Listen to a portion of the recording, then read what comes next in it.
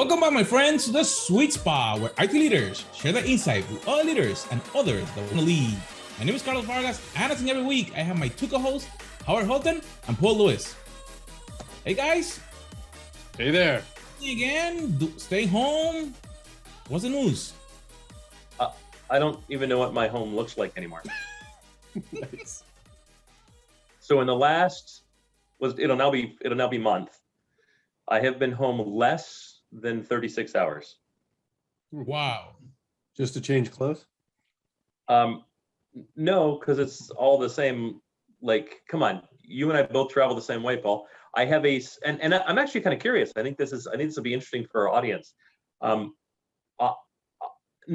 of my travel stuff is separate except like my laptop and my tablet.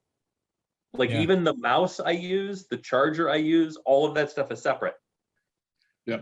Yeah, like I have a go bag. Yeah, I have Yep. a go bag that includes a duplicate of everything that happens to be in this environment right here. Right. Same here, right? I don't have to pack it all. I grab my laptop, my tablet, and this notebook. Right. Everything else is completely duplicated. So the clothes that I wear, you will only ever see me in on the road. That's correct. I have a section of my closet that's my packing section. Yep. And it comes, like, I get home, that suitcase and bag go in a specific place in the house. I take the clothes out, I wash them immediately. I take them back out and I put them back in my suitcase. Right. And one of the pet peeves that I have is, especially because I'm home so seldom, is my family is very lazy in laundry. So they'll leave clothes in the washer and forget about them. They'll leave clothes in the dryer and forget about them. I'm like, look, all I care about is one load of laundry. Right. And I have to do it back to back because I'm trying to preserve these clothes for as long. Like, I can't lose a sock or I won't have the right number. Like, it's amazing. But even the dry cleaning, I get the dry cleaners to fold the shirts instead of putting them on hangers, so I can put them right into the suitcase. It requires no extra step. Yeah. See, because of COVID, and I'm now on the customer side. Yeah. I've changed to more casual wear, so I don't dry clean anything. Oh, it must be nice. I still have to pretend I care about our customers. It's absolutely fantastic. I'll be honest. That's an interesting topic because this past week I had both sets in my luggage. I had folded clothing with the jacket and everything, and I had polo shirts and jeans and stuff like that. Mm-hmm. And all my current customers are all in polo shirts, so I couldn't wear. Going out to dinner, I'm like, what will I wear? Like, we were going to the Frisco in Denver, and I'm like, everybody's in polo shirts and jeans. So I'm like, okay, so I had to go in polo shirt and jeans. So Carlos, you are never allowed in my city without pre-scheduling and ensuring that I am not traveling. Well, I mentioned it to you that I was going to be in Denver. I know, but it was a conference. I didn't have a choice. And to be totally honest, if it wasn't a conference, like if it was this week, I likely would have rescheduled this week or slid it around so that I could have seen you in person. I know, and I probably will be back. It was a really good time. The best meal I've ever had with Howard, I've had several really good meals, was in Denver having sushi, where not only did the owner know who Howard was, he created specialty rolls specifically based on the ingredients Howard required. It was awesome. I have no idea what I ate at least 90% of the time, and every single one of it was brilliant. To be clear, that was a roll the owner and I created together. Right. Right. And it used to just be a thing he kept written on a piece of paper next to his station. So when I said, hey, can I have my roll? He would make the Howard roll. But I invited so many people in and did what I did with you, where they're like, hey, so that roll that you made for Howard, and then they would tell other people. Right. And before long, he's like, I made like 8 of those things last week. And I'm like, yeah, that's because it's the best thing on the menu, but it's not on the menu. You should put it on the menu. Right. And then it's pretty awesome to have something with your name on the menu and not be like John Elway, like fame, like athletes and stuff. They always have stuff. Mark McGuire. I went to a place that had a Mark McGuire roll, and like that's kind of cool. But when you're just Howard, that's freaking awesome. That's right. It's also worth noting that was the day we met in person. That's true.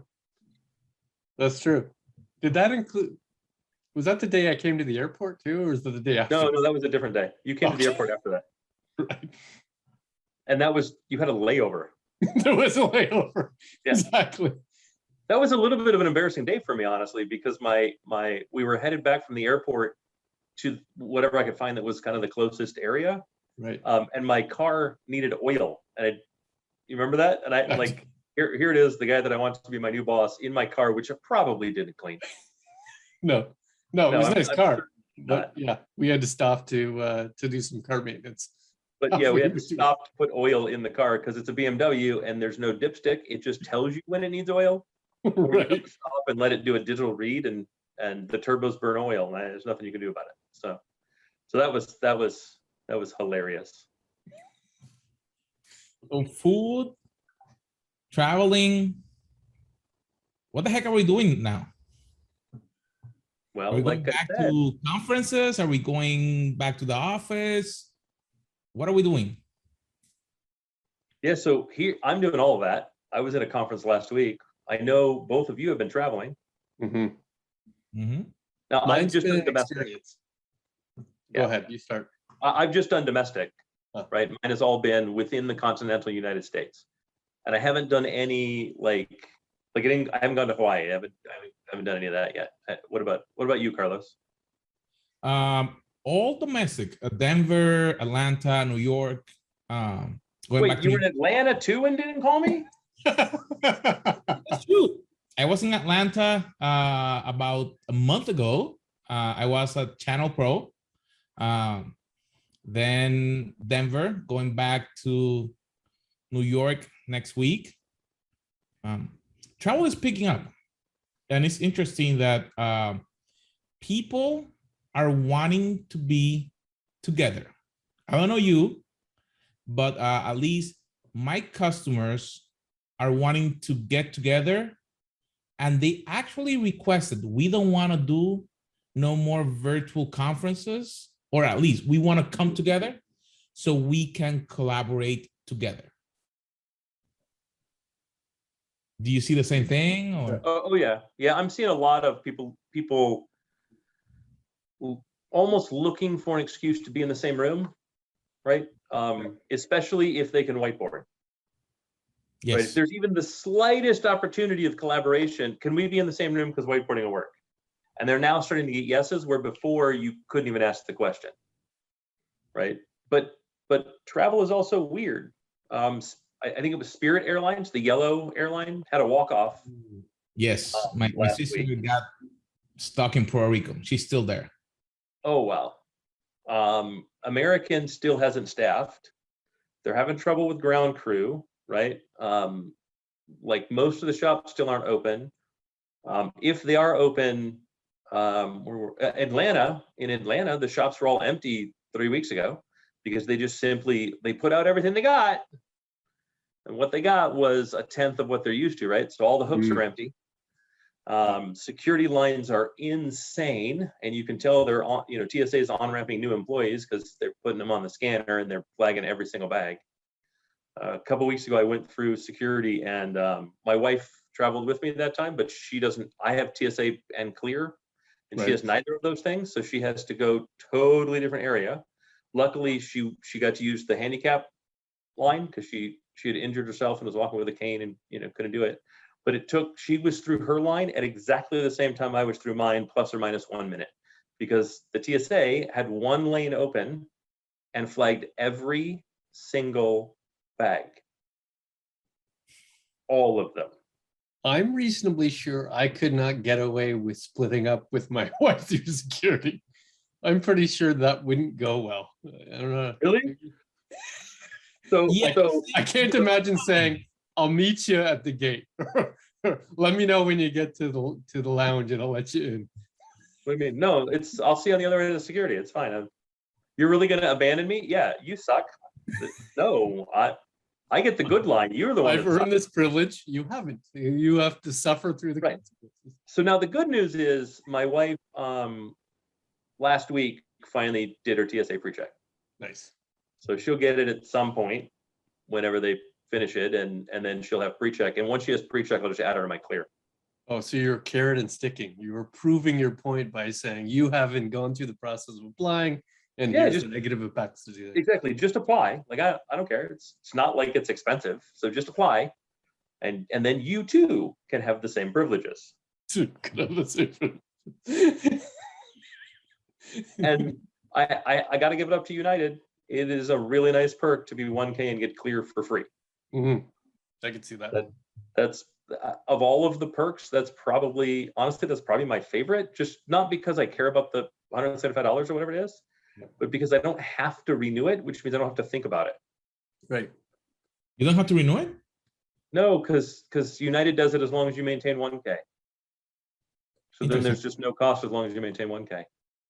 I flew United this weekend because something happened after we were for 2 hours in the runway in Denver, and American had to move the flight back in, and the flight got canceled. So they pulled me on a United flight. So I think that is the question is, are you gonna then get all your folks to fly back to be on a room, or do you prefer them to stay remote So or to a conference or something like that? for me, the answer is yes. But I have a simple team in comparison to you, so you guys might want to dig in differently. Most of my people are in the Atlanta area. Okay. Then second to that are two other offices that we have. Right. So for me, it's relatively easy to say we're doing this meeting in the office. I always couch it with I would prefer to do this in the office. Right. If you do not feel comfortable, do not come in. And like today, we were all in a relatively small conference room. We all wore masks, except when I was presenting, I was 8 or 10 feet away, probably 8 feet away. I was far enough away that I didn't need to wear a mask, and I thought people being able to see my full expression when I'm presenting is important. And so I took my mask off. The rest of the time, in masks. Like I walked into here, opened my laptop, and then took off my mask. Right. It didn't happen the other way. I also brought a temperature monitor so I could zap everyone as they walked in the room. And I'm not worried about the effects of COVID on me as much as I'm worried about the fact that I'm traveling and I don't want to spread it. Right. I would be crushed to come home, start feeling sick as I got off the plane and realized that I possibly have infected other people because I was careless. I do not want my carelessness to injure other people. That's my biggest fear.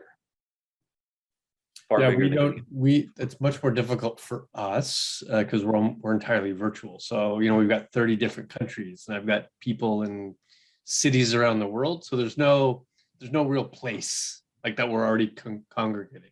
So we have to make a choice to congregate somewhere in some flying distance to everybody. So it's less often. However, most of the client conversations or partner conversations are being requested to be in person.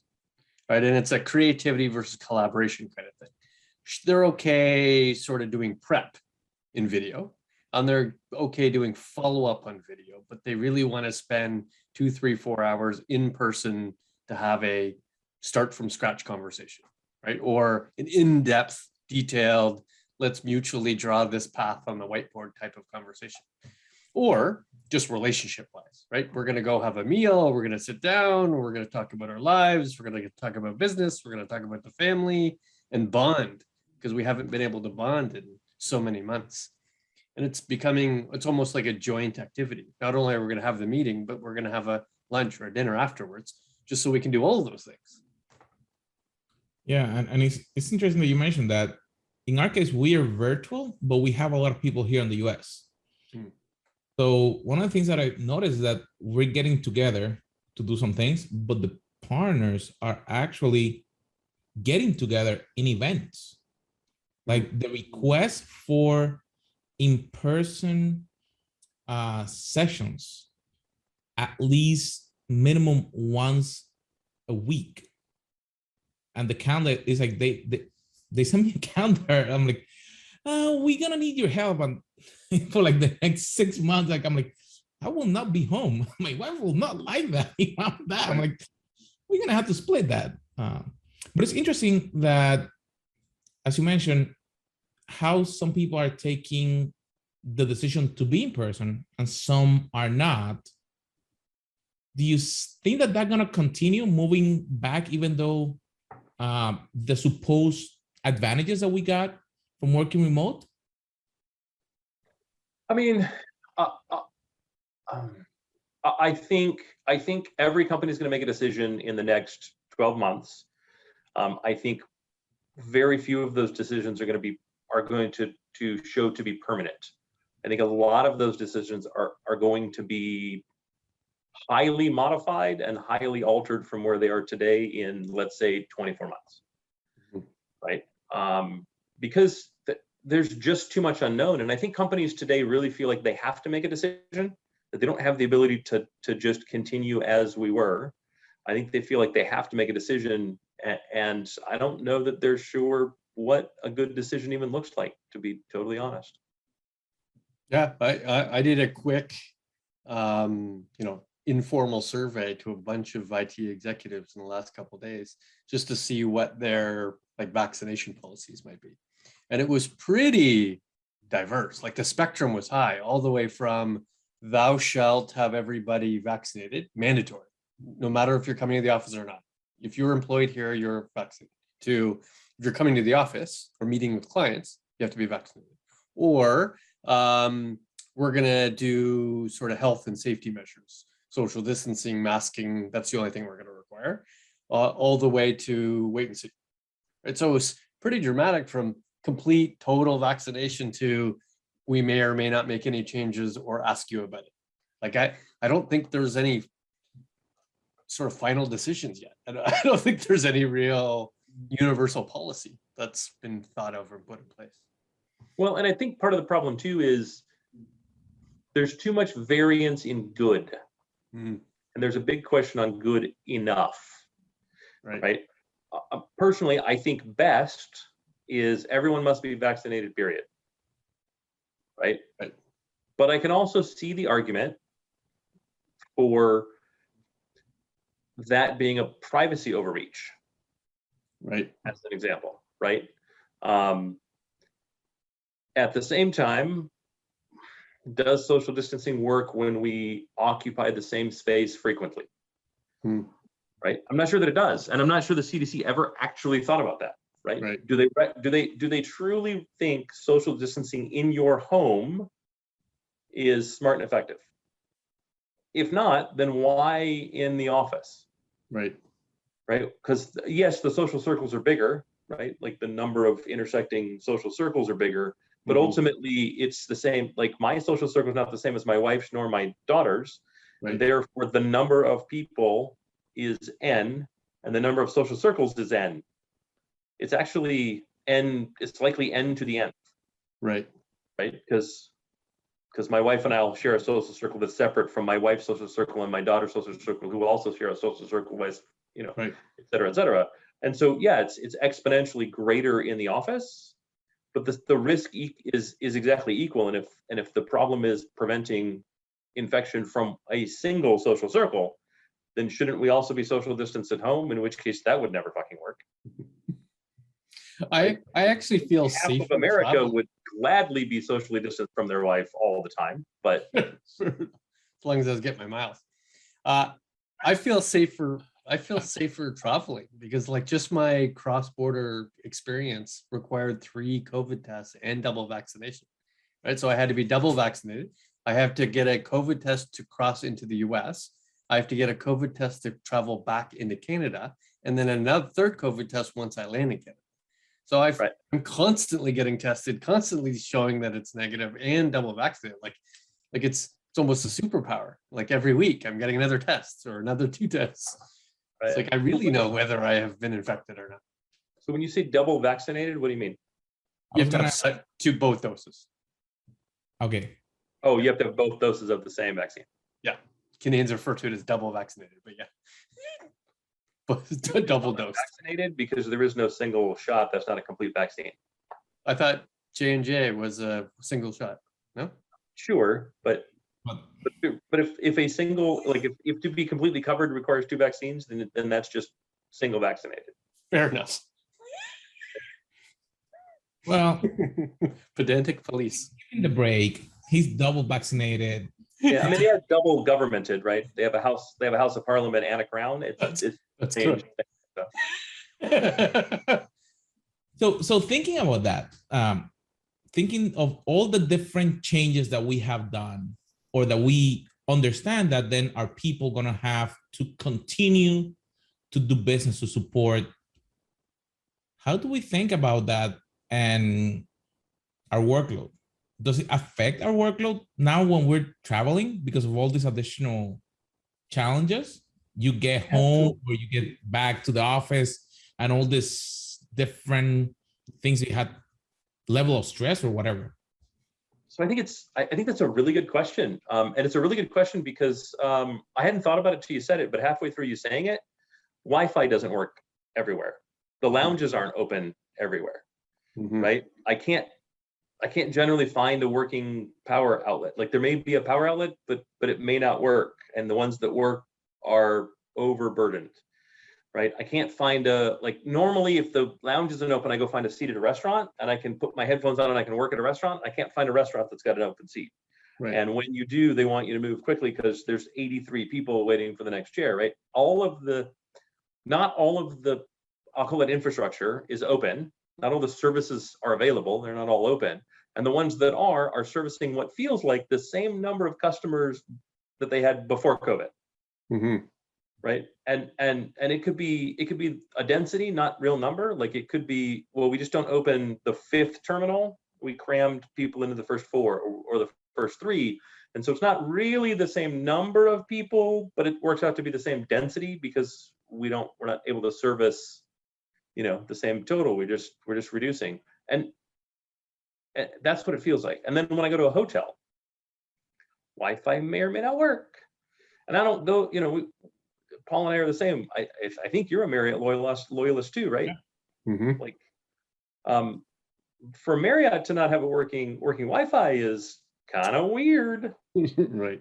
The captive portal is broken, or some other thing. I've been on the phone with their tech support. I don't mean like the Marriott, like people that work at the hotel. I mean their help desk. Yeah. Right. Getting things to work in 2 of the last 2 hotels I've been in. I'm really hoping the hotel that I checked in at 3:00 in the morning this morning, has decent Wi-Fi when I go to turn my Wi-Fi on when I get back to the hotel tonight. Because those services are just lacking. The number of planes that I've been on where the Wi-Fi flat out doesn't work.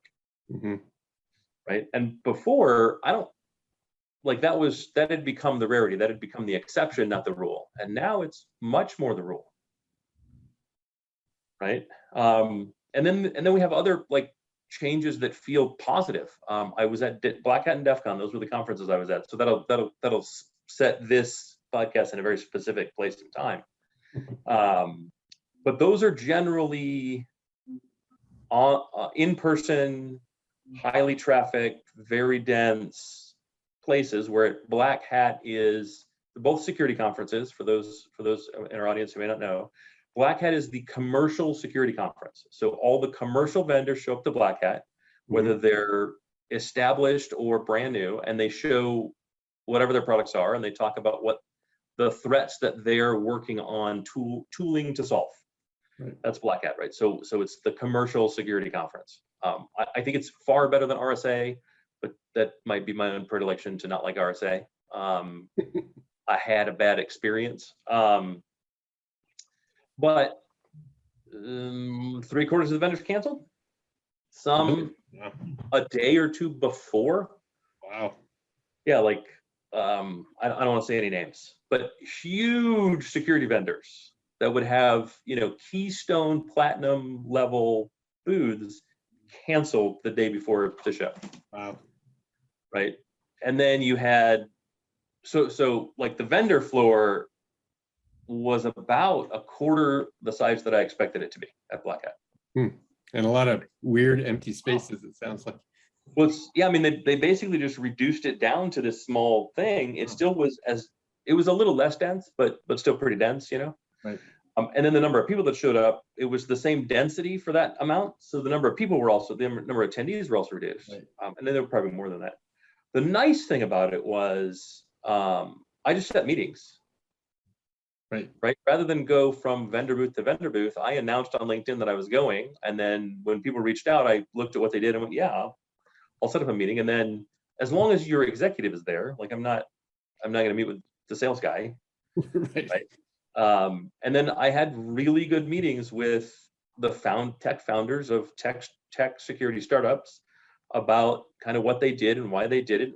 We dug into some conceptual stuff and some of my frustration. And one of them was someone that I had met with before that showed me their product, and I gave them a ton of feedback in the initial demo, and they took all of my feedback, and I could see all of it on the screen. Wow. Right. And then we went and had a great time, and we spent 2 hours doing a happy hour and telling stories and really connecting. And I wouldn't trade that for anything. And Did they provide you with the commission check or the patent signature? I was going to ask that. No, but I'm going to have to be a little smarter in how I do that. I did meet with a month ago, I met with a software-defined security vendor out of, software-defined security vendor. I don't want to say where they are because, again, I don't want to give too much away. Out of Palo Alto? And no, they were not at Palo Alto, which is why we give it away. And as I'm talking, their chief marketing officer and head of sales is going like this. Right. We're doing a website reboot, and I'm making notes of all of this. Right. And then their new website comes out, and I'm like, that needs to be a consulting arrangement. I don't know why I keep doing this stuff for free. That's not smart on my part. But then you go to DEF CON, and DEF CON is all researchers. Right. So the difference is Black Hat is what they're making commercial tools for and have commercial tools to sell to solve. Black Hat or DEF CON is the stuff that's 2 years away from having the tooling for. Right. Current threats, but no tooling to solve it. Correct. It's all the 0 days. Matter of fact, they have the 0-day workshops, they teach you how to discover 0-day flaws. Like it's really, it's absolutely amazing. And it was about the quarter of the size that I expected. And the vendor hall was just empty. There were 4 vendors in total. There's never, they don't have the same vendors. They're not allowed to. There's no, like they have like a t-shirt vendor that comes. The company Keyport, I don't know if you're familiar with Keyport. Yeah. They make the little keychain organizers. So they were there. Matter of fact, I'll pull my little Keyport off my pocket. I bought a new Keyport this year. Nice. It's got my little DEF CON logo on it, and nice. It's just, I don't carry keys, so it's all just tools. It's a new multi-tool, So they have stuff like that, right? They have like hardware hacking stuff. So like I picked up a wideband spectrum analyzer, RF spectrum analyzer, and a couple other things. I made a little wireless spectrum analyzer in the hotel last night before last. Are you going to permit that within your organization for people to bring in? I mean, not to some extent. I wholeheartedly encourage it. Right. I don't want them bringing anything that Hack5 makes in. Like you're not allowed to pen test Ream's network without prior communication and authorization. Right. But I encourage people to think outside the box and show off their stuff. And at prior organizations, I absolutely did. If you built something and you wanted to test it, we figured out a way to test it. Right. But DEF CON was odd, right? A lot of the people that I expected to be there weren't there. We all didn't communicate using the same methods that we did before. And for the very first time, every talk was, or nearly every talk was virtual. Right? All the main talks were all 100% virtual. Same at Black Hat. So for the very first time, you could live stream it you could watch it live on YouTube from wherever you were at. And while it was also going on in person. But there was no stage that you could watch it at DEF CON. Oh, so there was no actual in person other than and most of Black Hat was the same. Like the keynotes at Black Hat were delivered by virtual presenters. Interesting. They were not, like there was an MC for the first day, and then he turned it over to a virtual presenter. And the second day was totally a virtual presenter. Actually, that was to avoid a congregated audience. I think it was a combination, but it also enabled people who otherwise wouldn't be able to speak because they can't get away. Right. And all of a sudden you open up the number of speakers you have exponentially. Right. Right. For someone like DEF CON, that's super important because you also open up speakers who have horrible stage fright. Well, there's Right. no stage.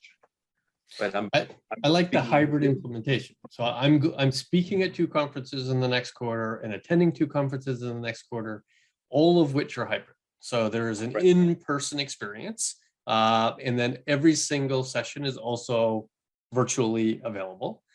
And me being a speaker, I actually prefer the physical presence. Right? I want to be up on stage. I want to see the audience. I want to reflect back to them, and then make it available.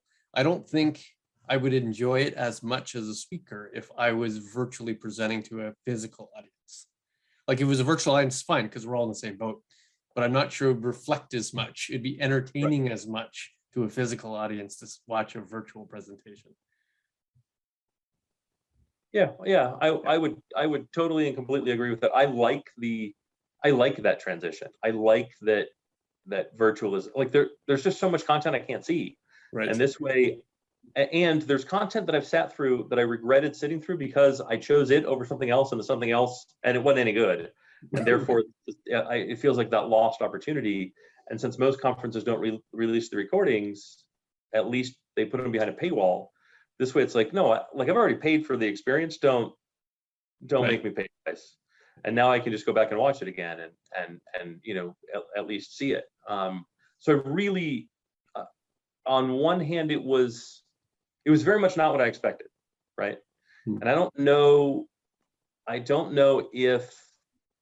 if I would have booked it. You know what I mean? If you knew what it was going to be like, you might have made a what it was going different to be choice. like. Yeah. I don't know that I would have booked it. At the same time, I'm super happy I did book it because it ended up being very, very valuable. Right. And then Carlos, Howard went on a 30-minute rant there, but to answer your actual last question, I agree with Howard that lounges have been a pretty significant difference locally, like in part of travel, where I'm used to being a pretty big part of my day, right? Whether it be airport lounge or hotel lounge, both of which are closed. In fact, I've had to make decisions on airports based on what lounges I knew were to be open, right? So I could choose airport A versus airport B, city A versus city B, and I've chosen the city that had the lounge that I knew I would be able to attend, right? Even if, because there's not as many direct flights as I'm used to choose a location of an indirect flight that I knew had a couple hours worth of lounge I could attend. And I'm starting to choose Marriott hotels that actually have lounges open, right? So in any one city, you might have half hour and half aren't, and now we have to really determine which one you want to attend. And logistically is the most difficult part. So I'm used to, if I had to, same day, 2-day overnight trips to a single city and come back home, or do turnarounds, or do multiple cities in the same trip. But since it requires so much testing that require 24 to 72 hour turnarounds, now I'm kind of waiting in individual cities for extra days to wait for those results so I can get back on a plane to go somewhere else. So what I might have been able to do 3 days in 3 cities in a week, I might only be able to do 1 city, right? Because I now have to wait, right? And where it's affecting the style to which I work, because I could work anywhere and get the same amount of email, right? Have the same amount of calls. I'm used to being in front of more people more often, but now I have to be in front of less people less often, or instead of having 1 hour meetings, purposely go to have 4 hour meetings, right? To get deep dive on a particular topic instead of, 4 different meetings, 1 hour each. It's really changed the style, I think, so far. So then thinking about that, and I don't know if we're going to have enough time, or we can talk about it in another episode, but thinking about then the changes that we have done, do we think that we want to continue and go back to meet people, or should we look for a better way to have a better online meeting experience? I don't know if that's too much for. All right, Paul, you go first because I'm going to have something to say. That's true. I like in person. I don't think any virtual implementation is going to take that away. I think there's lots of places where virtual is valuable. I think planning valuable. I think follow-up, valuable. I think task-based conversations, valuable. Where it's not valuable is building relationships. Where it's not value is seeing the whites of your eyes, right? Creating trust, creating a bond, creating something from scratch, having multiple people involved in, a blank whiteboard. That's where you still need in person. And I highly doubt any technology is going to make that any better, easier, or different. I would add to that. Yeah. I'm going to add a bunch, but I would add to that delivering results. It's something that I thought of as you're kind of going through your list, which is where a lot of my comments come from. I had a vendor deliver results of a project via Zoom, and this was the second to final, right? This was, hey, we want you to see it for the first time, right? Because we present it to a larger audience, and therefore we want your opinion to make any last minute edits. It's not being delivered by people. Being delivered by voices over the phone. Right. So I'm super objective and super, I would almost say brutal in my responses, right? Where I may consider it's human nature, right? There's studies that have been done about it. If we don't see you in person, we don't see you as a person. Right. I mean, think about it, 400,000 years of evolution, we never didn't see you in person if we had a conversation. And therefore, if we didn't see you in person, it wasn't a conversation, it wasn't a real person. Right. How many people can't separate the actor and the role? How many people, you know what I mean? Like all of that stuff comes from this psychological place where I saw them on screen, therefore that's how they are, because we don't see stories that way, right? Most of the time stories have been spoken and narrated, right? So I think that's a big one, right? And my advice would be, if you're going to deliver something that costs a couple $100,000, do it in person, right? Get in a room, right? Especially if you don't think the customer, if it's consulting, you don't think the customer might like all of the answers, do it in the room. Yeah, and I would say we need better tools, right? These tools are far better than what we started COVID with.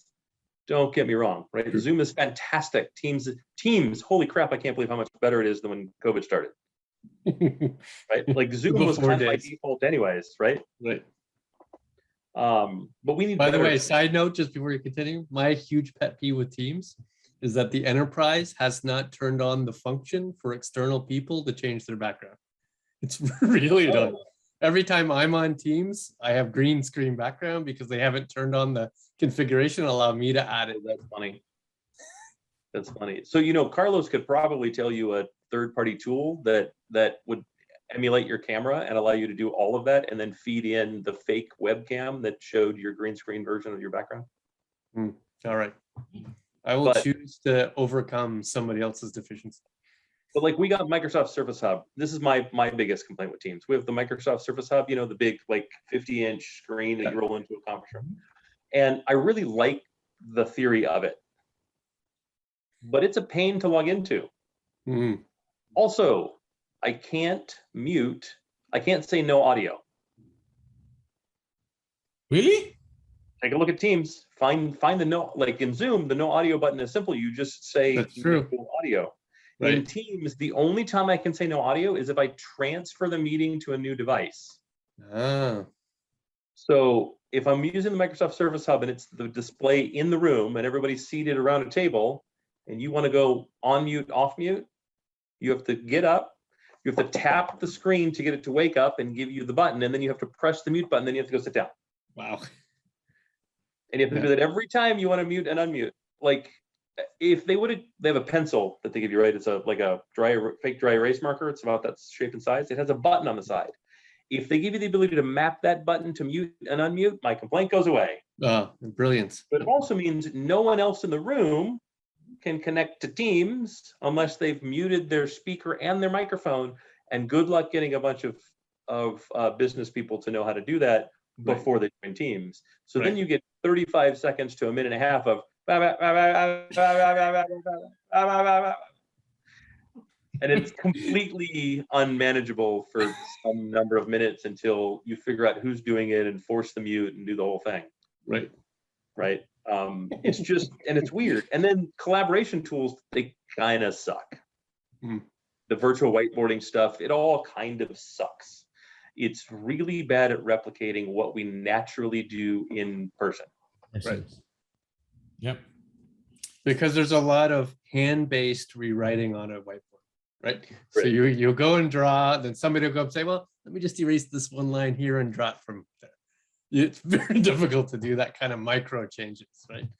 Especially with like a mouse, and we don't all have tablets, and there's like, I would love a good way to take my iPad Pro with its pencil, or my Galaxy S7 Plus with its pencil, or S7 or S7 Plus with its pencil, and connect them just as a virtual whiteboard to Zoom or to Teams, and be able to do that, right? Because like those are pervasive enough that you could assume in an executive style meeting, in a high level meeting, like 3 or 4 people would have it. And if I was able to do that in Teams, I would simply buy the device for all of my people. If I could do that, like if I had a simple device that I could do that with, I would just buy that device, right? Like the Surface Go. If that worked for that and was simple and easy to use, I would just buy that for my engineers. So download the Microsoft Whiteboard app. That sounds like work, Carlos. That sounds like work. I'm gonna figure that out. You can download the app and it will allow you to collaborate like that. So you can be somewhere else and you can collaborate, and the person can be remote and so you can have multiple people whiteboarding at the same time. And does it integrate with Teams? I think so. And you can log in with your corporate ID because it is tied to Office 365. If you don't have Office 365, definitely do that. Yep. So we have talked about travel. We have talked about business and the changes. So anything else before we finish today? There's a lot of if you don't have TSA PreCheck, get TSA PreCheck. That's right. Because right now is a terrible time to travel. If you don't understand how to travel, don't travel right now. It is overly complicated, right? It takes longer to check in. There's fewer people everywhere. Like flights get canceled. And if you don't have a method to deal with that, if you're not a frequent enough traveler that sort of stuff stresses you out, do not travel right now. Yep. 1/3 of the flights last night to 1/2 of the flights through Denver, which is weird. I flew from Vegas to come to Atlanta, and United doesn't have a direct flight, so I had to go through Denver. Right? It seems odd, but okay. But you are correct in continuing to stay on United, however. I am. 1/3 to 1/2 of the flights through Denver last night were delayed because there was smoke, so they had reduced visibility, so they had to stretch it out. Right. My flight was delayed 2 hours. I think it was 5 minutes shy of 2 hours for reasons we could get into at another time. But that delay meant I could have actually gone home and seen my family. Right. Right. Like I could have done something with that time, but one, their supply chain sucks. Come on, you knew this was going to happen. You know the visibility is bad, so plan ahead. Do you not have a data analytics team that's worth a shit? Right. Start doing some predictive analytics of this stuff and start warning your customers early. And two, as a customer, know it's the season for that sort of thing. And because of the reduced number of people, they're going to have to take more extreme measures than they otherwise would have. Right? American doesn't have the number of flights. They're being canceled. Spirit just had a walk off. Right? So flights got canceled. So plan on interruptions. If you fly a bargain basement airline, Frontier is a really good example. I'm not saying don't fly them, but pay for the carry-on. It's $25. Moves you to boarding group 1. You're not going to get booted from boarding group 1 if they have to change the plane, but if they change the plane and you're in boarding group 4, you may no longer have a seat. Right. So plan accordingly. Leave early. That'd be my advice. What about you, Paul? Absolutely. My encounters last week has shown that families aren't ready to travel yet. It's too complex for more than one person. And the amount of documentation you have to have readily available for customs is shocking. Pre-printed, readily available, to which they will review several times. The logistics are 100-fold what they were before. My friends, been an interesting conversation. Learning how to travel and to connect, it's gonna change. But make sure that as leaders, you train your people. If you're traveling, teach your folks, teach your team, hey, this happened. Now when you have to go, do it this way so you don't waste your time. But remember, make sure that you share, you subscribe, and we'll see you on our next episode.